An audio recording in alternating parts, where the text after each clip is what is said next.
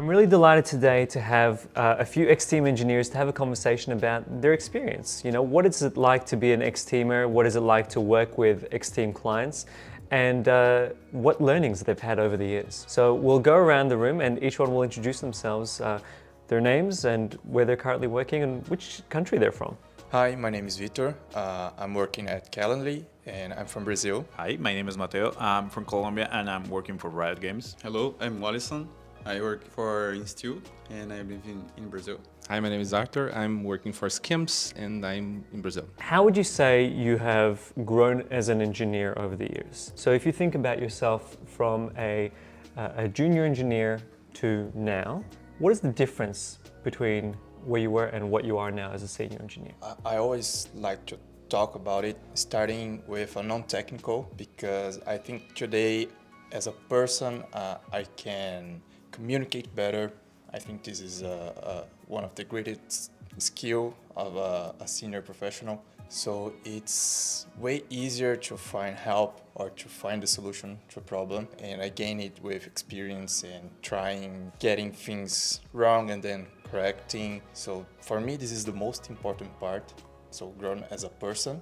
And technically with all the experiences, seeing many things, like I came from a software engineer perspective and now I work as a data engineer. So I think I have like this vast background, which helps me being the position that I am today. For me, it has been like really advancing on my soft skills. I think coming from a non-software engineer or non-computer science background, at the beginning I focused a lot on like getting the technicals done. So I was focused a lot on coding. Through the years, I have the opportunity to work in amazing companies, X-Team being one of that, that have like bring a lot of power into like teamwork, and they push you like to communicate with others through, I don't know, several activities, channels like here in the Outpost. And I think besides like technical growth, which is important obviously for a software engineer, I think soft skills and like leadership skills and like all that kind of like non-technical skills are really important. So for me, it has been like a really evolution through that. I'm working on that kind of set of skills. For me, I'm a new developer, and for me the main difference between being a junior and a senior is not all about coding. It's more like how we can solve a problem and how we can communicate with our team, trying to make ourselves the clearest way as possible. After that, write code will be on final step, and I think it's important to a senior to do all those stuff before start coding and try to work the best way you can to work as a team and not individually. Soft skills are really key, but I think one thing that helped me to feel the seniority was the level of comfort to tackle harder things, and especially unknown things. I think that with time you get way more confidence and also like way more peace of mind of taking things that you are not sure on how you should be doing, don't even know where to start. And I think those are like the times that I can like click, my mind clicks that, oh, okay, I'm not I'm not that new anymore. I'm still new to this, but I know how to trail that and how to route the logical steps to achieve that result. All these skills and experiences would have taken you each years to accumulate, but if you were to suddenly go back in time and, you know, go time travel and meet your younger self, you know, just coming into the workforce, is there any piece of advice that you would give to the version of you coming in? Like, yes, all these things, you have to do the work, you have to learn, and you gain the confidence through the experience, through your achievements, you know, that you have to earn that. Is there anything that you'd give as advice to the younger version of yourself to make the path easier? The first one is try to miss and try to get things wrong first. I think that especially now, like there's a lot of pressure on perfection and all that. And I think that the times that I've learned the most were the times that I was completely wrong and I tried to do something from scratch. Especially now that we have like so many tools that abstract a lot of logic from all different sorts of things. I think it's great when you know why you are using a tool for that. And I think that a lot of new developers are skipping that stage. They are already trying to learn the optimized tools and the best way of doing some sort of thing. And I think that when you try to do something and you get it completely wrong, or you can do it but on a horrible way, you start to feel that like, oh, there should be a better way of doing this. Like, and that's, at least for me, that's when I've learned the most, because I was like, okay, I know exactly why this is a bad choice. I know exactly to what this leads to, and I know exactly why this tool exists, and I know why it's good or not. And the second one would be to, on that same line, to also like, don't be afraid to vocalize your insecurities and also your unknowns. And I think that that goes not only for the new developers, but also for the more seasoned ones. But I would say that like vocalizing that, oh, I don't know how to do this. I never done this before, but I want to try. That piece of information is so valuable sometimes, especially if you have good management. A good manager is going to be checking that out and is going to be knowing how to explore that. And I think that would be like one of the best tips that I would give. When we fail, we learn. Yeah. When we ask questions, we learn. Right? And to expect to just know, to expect that you know, as when I was coming into the workforce, so afraid to ask a question because I'll get caught out for not knowing things. It's fine. Yeah. It's fine to not know things. It's expected. With maturity, we learn that it's okay to do that. Yeah. Yeah. You don't need to wait until everything stay perfect to begin something. You can do it like it is right now and fail and just try again. And I think another important tip that I would give to myself is join a community, programming community. It helped me a lot. At the beginning, I could not found that community, at least so easy. But right now, I am inserting a lot of them, and it's so helpful that I think maybe this is the first thing that every developer needs to do before everything. There is definitely power in community, and it's something that X-Team really tries to encourage. That even when you might be the only X-teamer at a new client, to know that you're not alone, to know that you've got a whole army behind you that's just there wanting you to succeed, and you can ask any question to them and they will support you. And the benefit to the client is that they're not just getting the one person. You know, if they were getting a freelancer, they'd just be getting the one person. They're getting the power of the community within it. Sure, we work as a team, but join a community is not to only for ask for help, but also give your position there and help other developers, something like this. It's one of the most rewarding things. When we help, we realize how much we actually know. I think a lot of us started like back when there wasn't a lot of like, depending on the country, at least for me in Colombia, well, I didn't know at least. There wasn't a lot of like, programming or like tech communities that I know of. So I would have loved to like be on meetups that like nowadays you can like every week, every couple of days there's a meetup for a different language, technology or whatever, and you can meet a lot of great people who can like help you, inspire you, like guide you through the process of learning, and I think that's really cool. Like also I will say as an advice for my younger soul life, start building things. Like a lot of people when starting they're starting like to program, to learn the basic things, think they need like a big idea or something, like a project has to be like this really big complex thing like Facebook or whatever, like big page you can think of, but you can actually start doing very simple things like a calculator, a simple, I don't know, something that opens an image and shows an image, and it's basic, it's really basic, but when you're learning every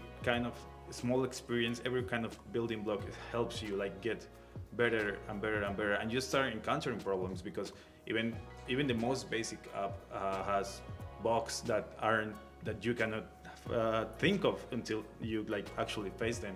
So I think like building things, even though they are the most basic thing you can imagine, can help like improve, can help you learn and improve a lot. Like as he said, like failing sometimes gives you more knowledge than actually succeeding at the first try.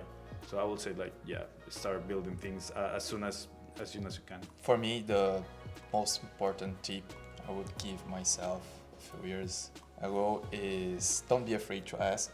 I think it's way easier to learn from others' experience and you can absorb it for yourself. And sometimes your question may be like a spark that will ignite something new in the team because no one knows about it. You just had that idea in the format of a question and you can build something new for the team from that. Another tip is learn how you learn. It may become like a hobby or pleasure to learn. Things will be way easier when you understand the way you learn the things. So for me, I learn by example, like, oh, there's this project, then I try to like copy, do my version. It works well for me and it may not work for everyone, so you need to try, see what is the best for you, and when you get to that point where you find the best way to learn, you can unleash yourself. Like I can even say it's magical. You can learn anything you want. Because you learn about yourself and that allows you to increase your velocity, right? Yeah, and it becomes like pleasure because you can see that you learn fast, that you are able to learn something new, that you are able to build things. So it's very satisfying. Can I ask you guys, there's this, some would say a myth about the 10xer, you know, that you can have an engineer that is that good that you'd rather work with that one engineer, like one senior engineer rather than 10 medium. What do you guys think about that? Do you believe in the 10xer? Do you think this is real? It depends. Sometimes it is real good to work with that amazing person, can support you on anything, but I see value working on teams with like mixed seniorities because I think it's important that I'm putting myself in the senior position working with juniors because it is important to teach and help.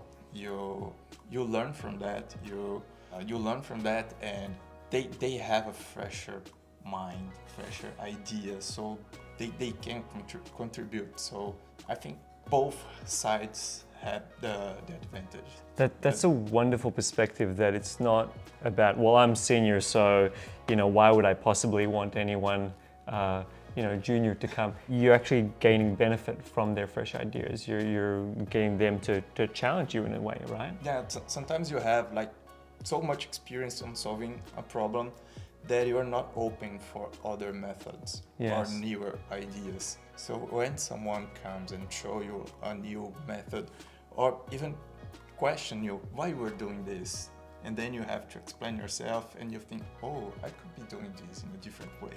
So you have all this collaboration. This is, for me, it's really important. That's wonderful. And perhaps that's part of seniority, is not letting your ego take over. Yeah.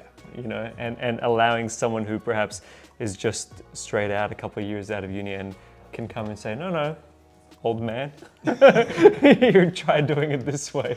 Yeah. I agree a lot with what Vitor said about like giving different perspectives around an issue. Even if you're like one like really senior engineer with, I don't know, with 10 junior engineers, if they ask you a question and sometimes you try to explain like what your approach is and you find things. It's the whole like explain like I'm 5.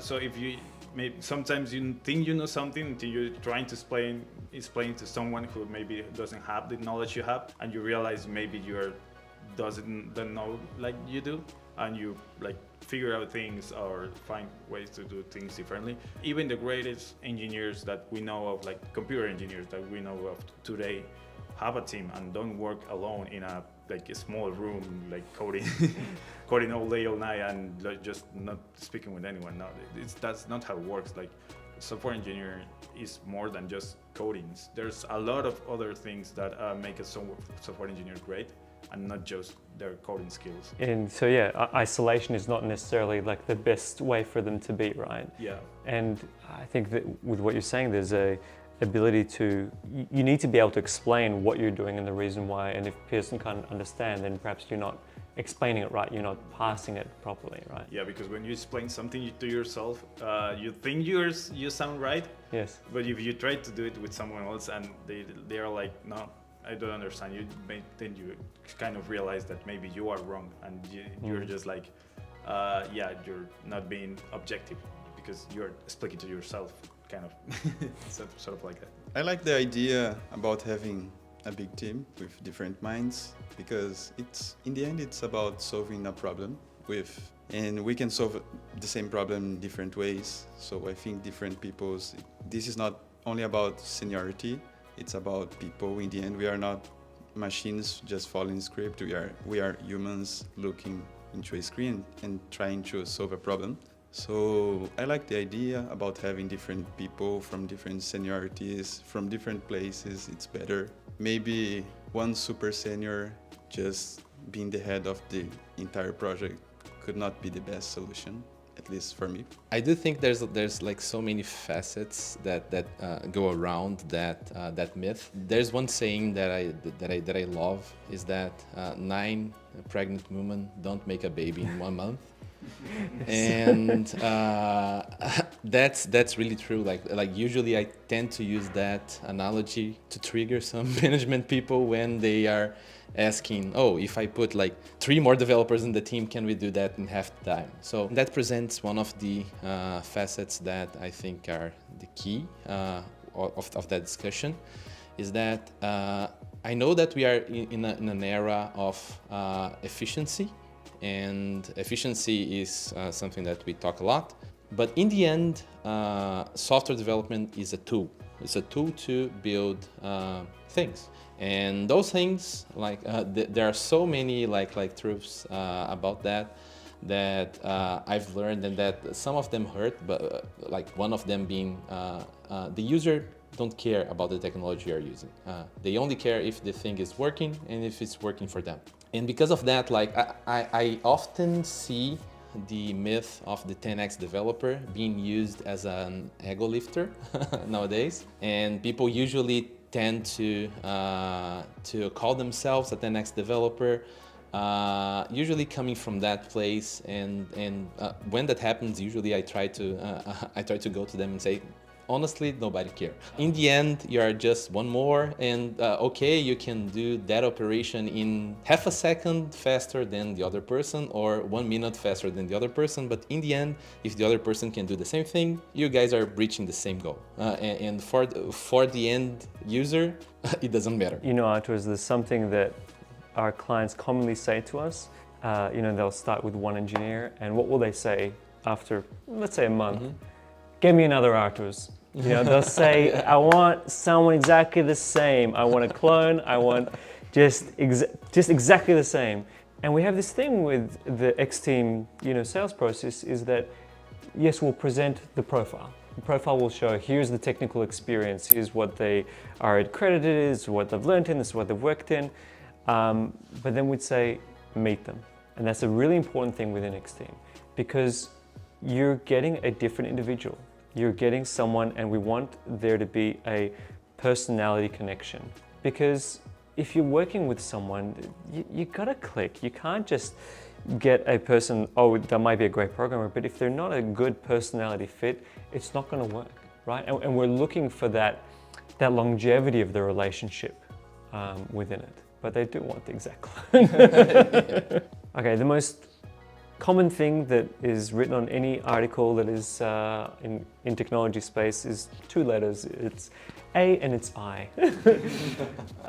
And speaking to the CTOs of our client base, there's this question about, should we be adopting AI? Are we too early to it, or are we too late?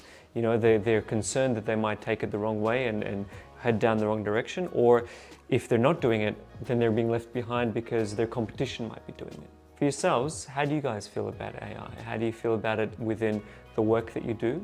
And how do you feel that it should be adopted in the right way? I do think that the AI advancements that we currently have, they are an awesome tool. We need to call it what it is. It's a tool. I think that's the biggest misconception of people that are not so technical, is probably a problem of the name as well. Because when you say artificial intelligence, you assume that there's intelligence on board and all that, and basically that gives the perception that you have something that can think. Yes. and that's not true. AI, it's an awesome tool. It's something that really like I'm so amazed by it. So many that I do like. I really do love it. I do love the approach to it, and especially by my majors. Like I majored in an area that's really high on statistics, and I have a master's degree on that same area, and that's a better naming for the tools that we currently have. They are statistical tools. With statistics, one rule of thumb is that the more data you can provide to it, the better it's gonna be the end result. And working with the data, I think that's the biggest thing that all companies should be trying to do. And that's usually like my take when anybody asks me about, oh, you think that developers are going to be substituted by AI and all that? Should we switch like 3 developers for 10 bots? And I'm like, okay, especially when we have developers asking me that, I'm like, hey, are you doing the things that that ChatGPT is doing? And he's like, no. I'm like, okay, so how do you think they're going to be substituting you by ChatGPT then? And that's the thing. A software developer is not to write code. Writing code is the end result of software development. And because of that, a lot of developers have that nightmare. And a lot of business people, I think they have the dream of using bots and doing all that. There's a harsh truth to that. To be able to make an AI model do what you want, you need to know how to ask it to do the thing that you want. And you need to clearly know what you want. Okay, so Arthur is going to give AI a whole different name. And you say we don't need to worry about losing all our programmers to AI. Oh yeah. Like if you're a developer and you think that you're gonna be substituted by AI, I would highly advise you to, if you do have like that nightmare, I would highly advise you to go back to your studies and study the things that AI is not doing then. Do you see that there's a fear of AI? Do you think that we should be, are we all going to lose our jobs? You know, is AI going to take over software development? Or, as Arthur is saying, is it an opportunity to elevate us, for us to see that we don't want to do the menial work, we want to be a level up, and it will support us? How do you see AI adoption being? Okay, so this is personal. I do think that we will not be replaced for any AI. I still think that we are more powerful than AI. We built them, and like Arthur said, it's just a tool. We need to learn how to use that tool, and maybe even better, use this to learn something new. I think it's something better. Now, talking about developer perspective, maybe it's something really helpful, will increase our velocity about developing something. But in the end, it's all about we as human solving a problem. So you need to know what we are searching for. AI, it's not something really magic. It is not something that will solve 100% of our problems. You need to learn how to work together with AI. But I think it's an important tool, but we are not be replaced by them. So for me, AI has become more of a buzzword than an actual technical field. I mean, 20 years ago, linear regression was just a linear regression, and today is a machine learning model with blah blah blah. A lot of buzzwords that marketing people wanted to sell to some fascinating to people not technical. There's, they have been trying to replace us developers for I don't know, what was the first time that they say this AI will replace developers 5 years ago, and we're still here. I remember when they said that companies wouldn't need developers anymore because now you can program with drag and drop boxes. I look at that and say, no way, I'll be replaced by that. And turns out I wasn't replaced by it. And I see value in drag and drop. Like you have kids learning how to program in like first years in school. You can like create a simple mobile app with drag and drop. So there's value on it. As we see in the new AI models, like those machine learning models, they add value to your daily routine. They can help you like writing the sorting algorithm, but being a developer is not about writing the algorithm. It's about knowing when and why you need to sort something. So that's something that the AI may not be good at. Yeah. That's the difference. You need the developer there to guide the AI tool to the correct point in your code or in the project or in the product itself. So I don't believe developers will be replaced ever, because any algorithm needs data to evolve. We are the ones producing that. There's no chance we'll be replaced. I like your point about the drag and drop, because when I was at university, there was Netscape Composer and Dreamweaver for building websites, and people said, oh, they're not going to need web developers. We're just starting out with the internet. We're already like killing web developers, because they said you'll just be able to drag and drop. And of course, people created a whole lot of terrible websites with whatever they found on the web. But that was just another evolution, in the same way that, you know, when we went from ones and zeros to punch cards to, you know, object-oriented, every time people saying, oh, that's not really programming. But all it did was it made things create more efficiency with another tool that allowed us to elevate and get better. And we utilize those tools rather than how you guys are saying, don't bury your head in the sand in it. Like, see what it does, see if you can use it to get you to level up, to use it as a tool to support you, rather than to fear it, rather than to think that, oh, it's going to take away my job. Think, how can I utilize that to then learn something new to go above it? Gentlemen, final question. This is the big one. You've each been with X-Team for different durations from different locations around the world, so you'll have a very different experience in this one. What's been a magical experience for you within X-Team?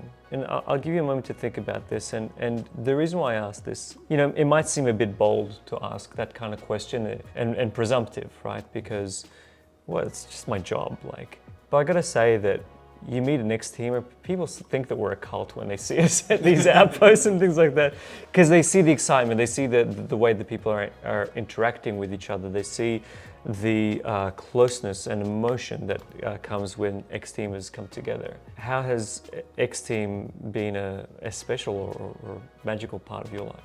Yeah, so I joined X-Team in 2020, but I was working from home like about 2 years before that, and I was not feeling that excitement of being part of a team. I was missing it, and X-Team was my first job with another country, in another culture, so I was scared, and I was invited to that event with people that are not in X-Team.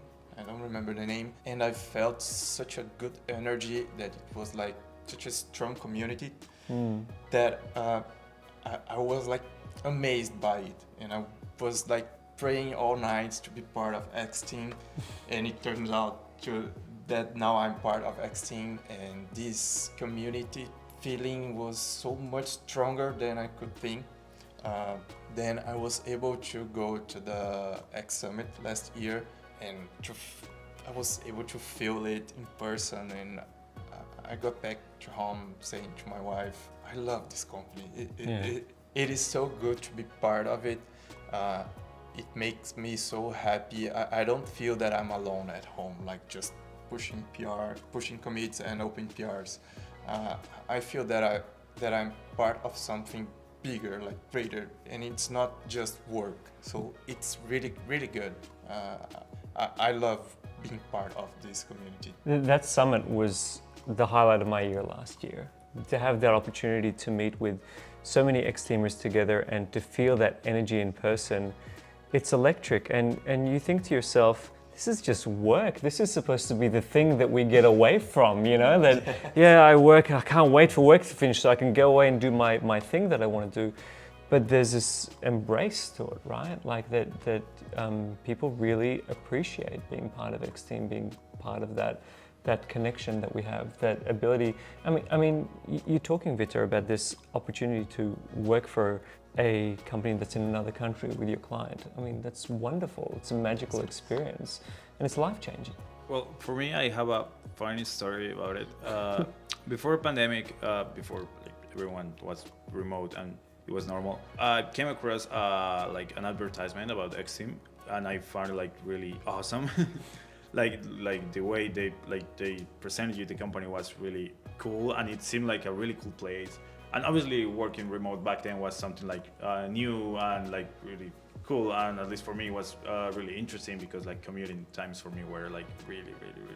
I remember I sent my CV. I never got a response. I was, to be fair, I was still like much younger, much junior. So there was. I've been here for a year and a half. I'm probably the youngest one. And I like someone from X Team contacted me, and they say, "Hey, I have this position at Riot Games." I remember working for Riot has been one of the greatest moments of my life because I'm a big like League of Legends kind of fan from like since 12 years ago. I still play with my friends, made a lot of friends through it. And when the recruiter reached me with the opportunity to work for Riot Games, it was like something inside me told me I had to do it, and I did, and I'm glad I did, because I got to be in an amazing company where I have like really cool moment. I think that's only me like answering exactly the question like this Outpost for me has been one of the most awesome moments of my journey through X Team, and not X Team, my life, because I was able to fulfill a dream, which is coming to Japan, which for me has always been like a long distance dream, and it's not so long distance anymore. And it's not only for me. I came with my girlfriend, and she has always dreamed of being here too, and she's here thanks to me being an X-teamer. And it's really cool that being an X-teamer is not just like for you who work in a company, but those who are close to you.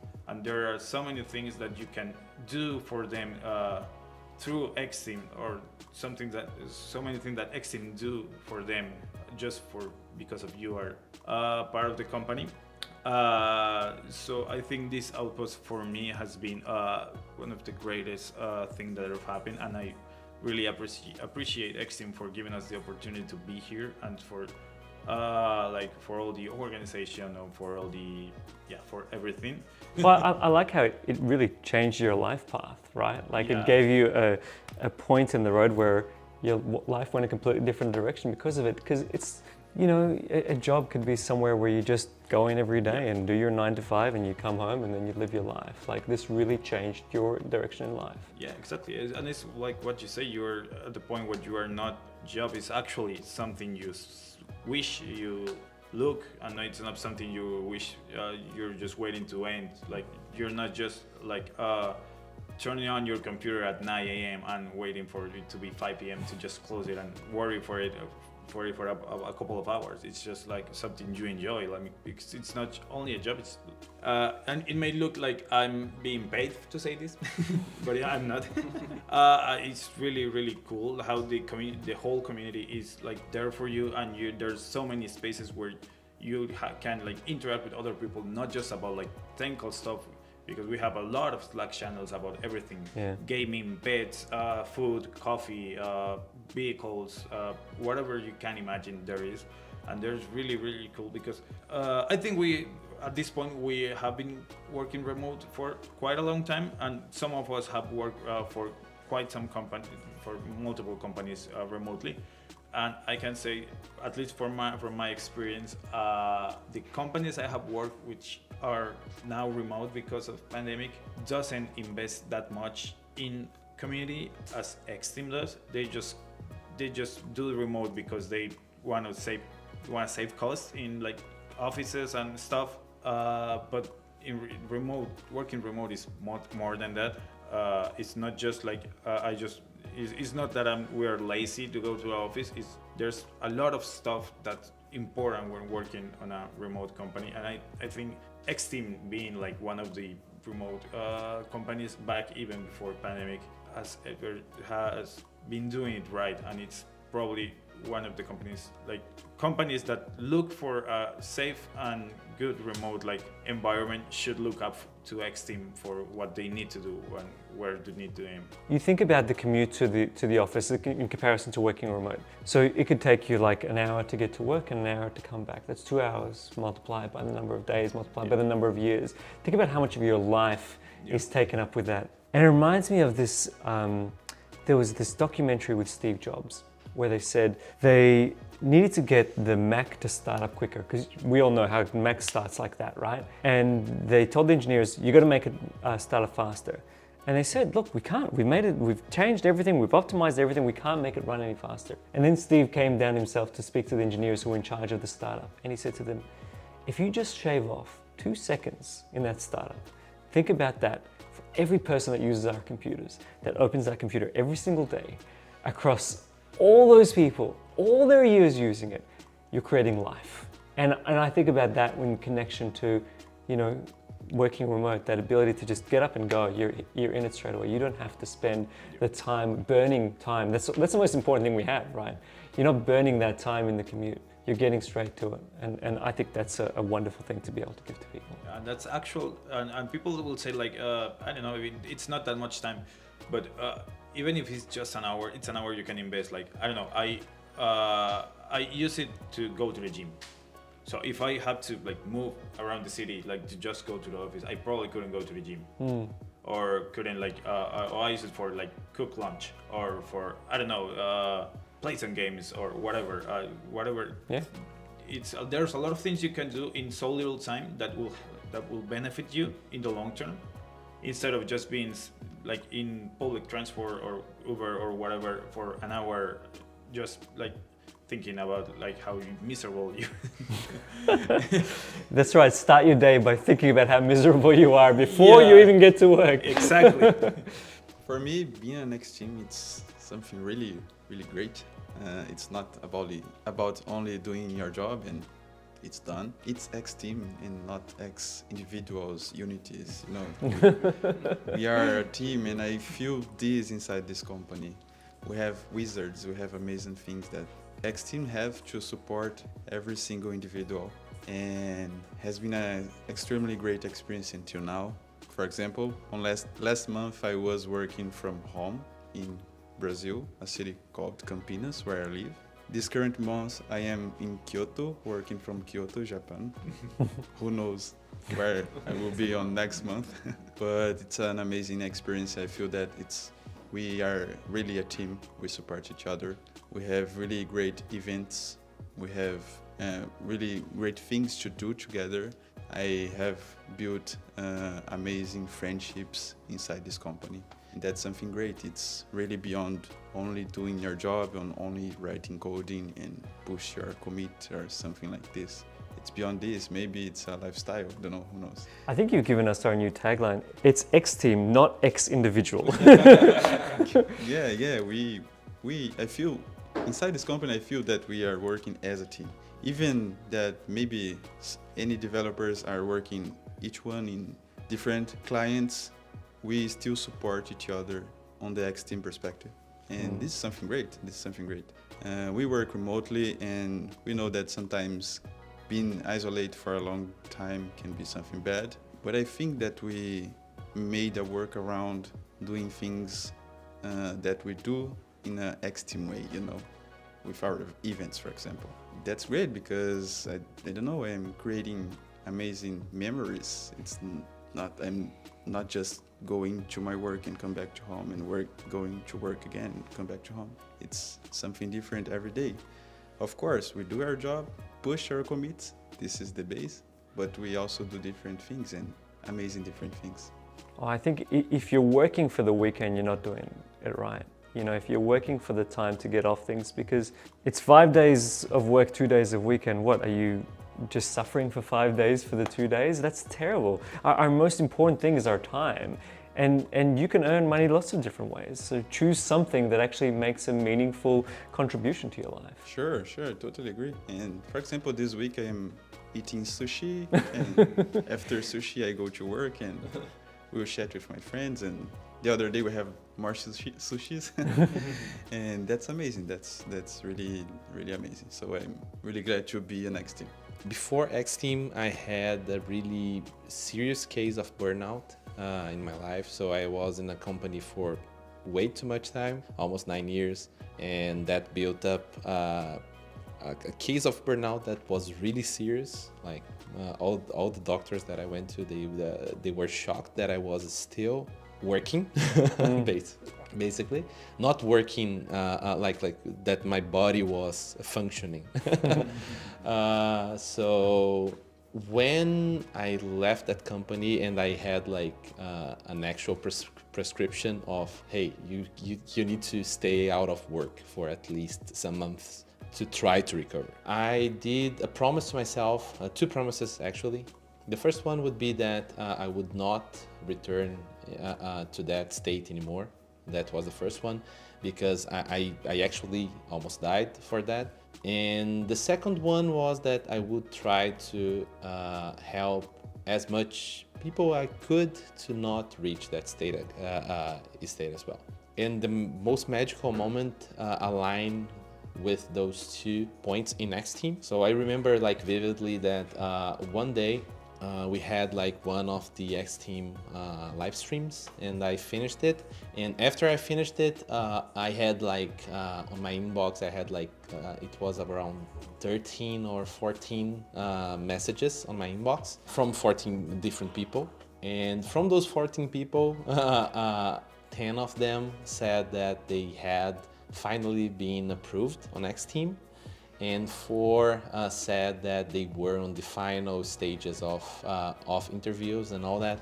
I was so happy because like some of those messages, like I'm not gonna be disclosing all the names and all that, but like some of them shared that, hey, I was suffering from depression, and now I'm finally like being able to join this awesome company because I was watching you and Cleo doing the live streams and all that, knew about the company and all that. And I thought to myself, because like doing the live streams was initially something good to me. Like it was something to distract myself. It was during the pandemics that we started it, and I was like, okay, let's try to do this. This is something that I'm up to doing and all that. Let's try to keep that promise that I've made, that try to impact people with that.